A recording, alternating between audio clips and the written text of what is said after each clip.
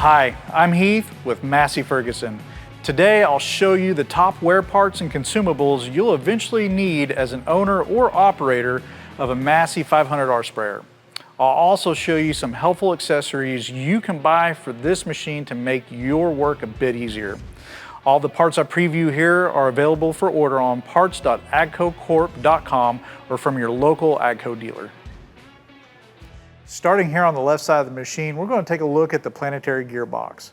By referencing the operator's manual for the service interval, we want to refill this with 1.2 liters of AGCO genuine lubricants. Taking a step back on the left side of the machine, we're going to stop here at the DEF tank. With 15 gallons of DEF fluid, you have the ability to run all day long. Behind the diesel refill point, we have our dosing module along with the dosing module filter. Refer to the operator's manual for replacement interval. At the top of the DEF tank is a vented DEF cap, again reverting back to that operator's manual for replacement and maintenance and serviceability. Moving back to the reload station, I want to focus on a couple of components. First, the stainless steel product pump. The stainless steel pump is going to give you a lot of longevity by holding up to the abrasive materials that you may run through this system. The dry run seal will give you peace of mind if you accidentally run this pump out of product, ensuring that the seal stays cool, reducing the risk of damage to that pump. A little bit further behind the reload station are going to be two screens.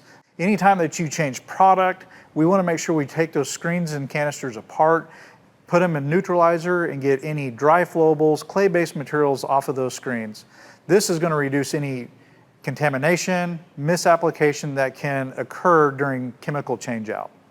Moving back to the axle, we're going to talk about axle adjustment. The multi-pin adjustment puck is going to ensure that that axle stays tight and in spec in the axle tube. This weekly checkpoint will help you ensure the longevity of wear pads and shims in your axle housing. As we move to the back of the machine, one of the things that you'll notice is our limited amount of grease zerks. We've installed greaseless bushings, which will enhance the machine uptime and reduce the amount of time spent in all those pesky greased areas. Over my left shoulder, you'll notice two maintenance points, the rubber biscuit for the swing frame and the roller guide for the swing frame itself. Both of these will wear out over time, so make sure that you are referring back to the operator's manual for that periodic maintenance and adjustment of both of these items. As we move a little bit further to the back of the machine, you'll notice a lot of fittings, hoses, and areas for wear and tear. Periodically, we want to inspect this and check for anything that could be cracked, flaking, bent, broken, to ensure that we don't have any leaks on the recirculating system. Ensuring that this machine is not leaking will help increase the uptime in the field. Here on the right side of the machine, I want to point out a couple of maintenance and wear items to periodically check. First, I want to talk about the tank straps. As these machines may set out in the sun for a lengthy amount of time during storage, we want to check these daily to ensure that they are still tight and not frayed or broken in any way. Moving a little bit further back on the right side, we've got two filter points. The hydraulic return filter, and below is going to be the smart all-wheel drive charge filter.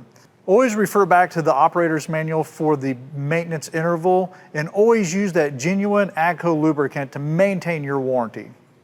The number one consumable product on a Massey Ferguson sprayer or any sprayer on the market are spray tips. When selecting your spray tips, always refer back to the manufacturer's label to ensure the proper droplet size, pressure, and application of the crop you're protecting. Folding and unfolding booms can create a lot of wear and tear in the front of the machine. Above me on the safety post are plastic bumpers. These can become bent, broken, or cracked over time. So if you see them starting to wear out, replace them periodically or as needed.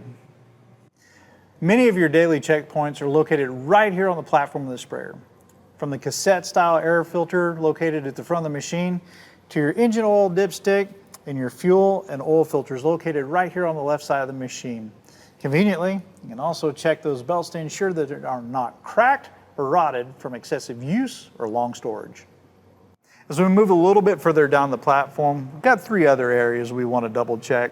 Always want to ensure that the windshield wiper is not torn, brittle, or not streaking the windshield. To ensure that that cab smell is clean and reducing all the aerosol smells, right here is going to be a serviceable active charcoal filter.